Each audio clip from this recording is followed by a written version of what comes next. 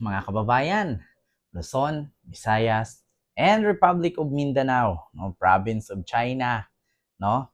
Ni Digong ngayon ay hindi na Mindanao kundi Netherlands na.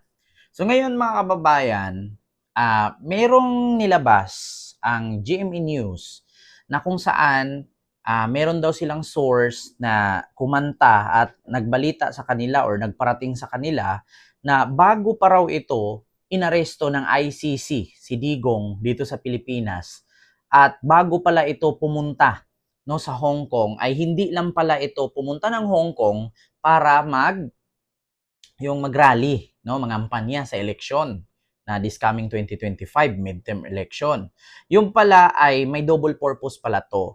Kaya pala si Digong pumunta ng Hong Kong kasama ang Intel, kasama yung mga dating cabinet member, at kasama ang kanyang mga lawyers at mga generals.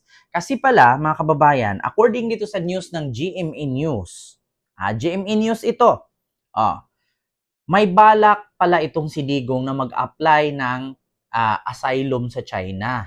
Ngunit, tinanggihan po ito ng China. So ito po, pakinggan nyo po Nasa at iharap sa International Criminal Court, sinubukan umano ni dating Pangulong Rodrigo Duterte na mag-apply ng asylum sa China, pero tinanggihan siya.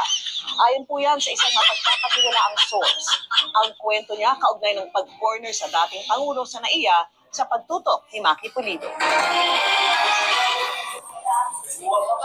Noong Enero pa lang, pinaghahandaan na raw ang plano para sa pag-aresto kay dating Pangulong Rodrigo Duterte.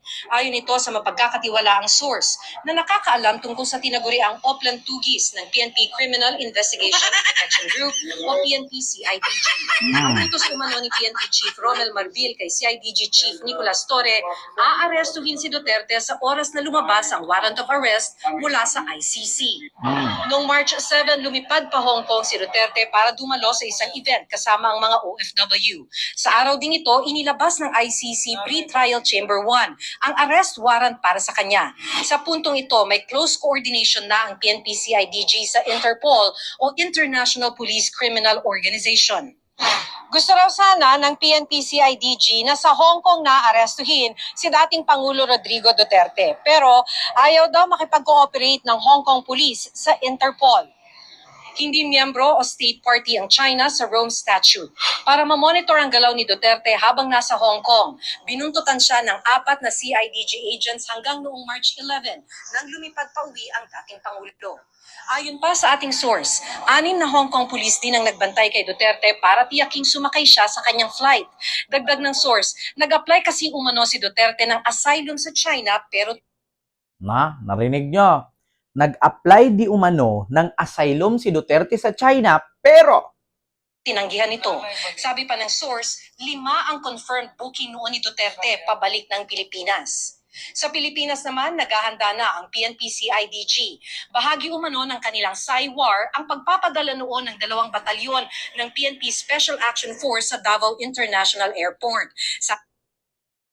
So yun, mga kababayan, balita ito ng GMA News. So hindi po ito fake news, no? At ito po ay binabasihan lang natin, no? Binabasihan po natin dito, no?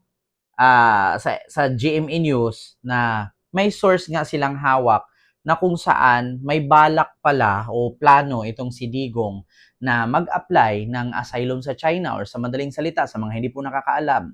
Ibig sabihin po ng pag-apply ng asylum sa China ay doon na po siya manirahan.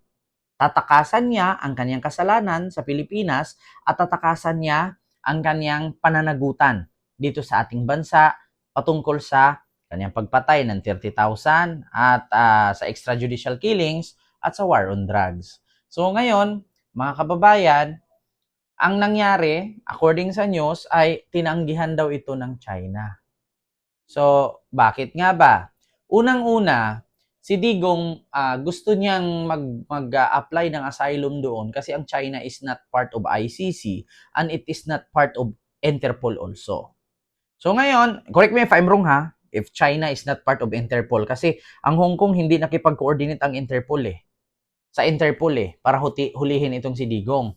So ngayon, mga kababayan, gusto ko lang iparating sa inyo na mabuti na lang pala or no choice ang lolo nyo kaya umuwi na lang ng Pilipinas. Alam nyo kung bakit? Doon sa interview nga ni Senador Amy Marcos, no, sa kanyang pagdinig sa Senado, na ang sabi illegal daw ang pag-aresto kay Digong. Buti nga't na-aresto eh. Bakit? Kung hindi ito na-aresto ni General Torre at ng mga kapulisan at mga kasundaluhan, may possibility o pinayagan ito ng China na doon siya manatili at inaprubahan ng kanyang asylum sa China, ay doon na ito magtago. Habang buhay na ito, mamatay na ito doon. Di ba? Si Fentanyl, si Tatay Digong ninyo. Oo. Ibuti na lang tinanggihan ng China. Kung hindi tinanggihan yon, ay malamang sa malamang hindi na uuwi. Di ba? Kaya double purpose nga talaga yung pagpunta nila doon sa Hong Kong. Hindi pala yun pupunta doon para mangampanya. Pupunta yun doon para mag-apply ng asylum. Ang problema lang, hindi pinayagan at ni-reject ito ng China.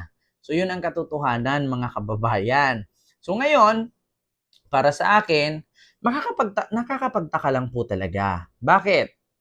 Kasi kung pupunta ka lang din naman doon, mag-rally-rally kayo doon, mangangampanya ka doon, at wala namang kailangan, hindi mo naman siguro kailangan na magdala ka pa ng 5 abogado. Hindi ka rin siguro pupunta doon, magbitbit ka ng mga dating cabinet member mo bilang dating presidente ka at magbitbit ka ng mga miyembro ng gabinete mo.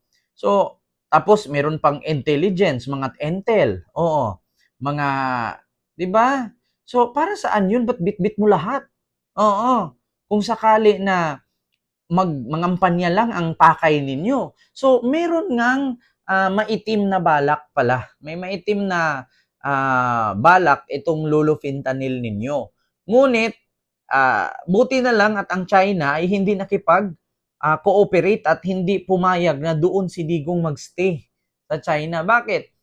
Ako, sa totoo lang mga kababayan, tama nga ang sabi nila na ang China daw ay traidor.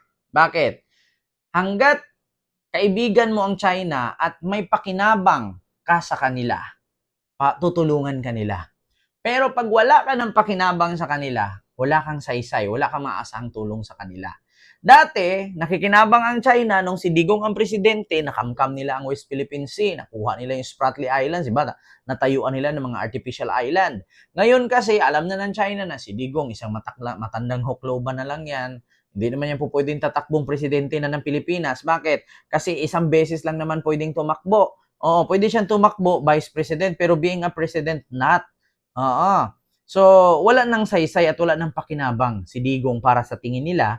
Kaya, hindi nila ito pinayagan na hindi nila inaprubahan ang pag-apply ng asylum ni Digong doon sa kanilang bansa. Kasi wala nang pakinabang si Digong sa kanila. Bakit? Ano pang pakinabang, no?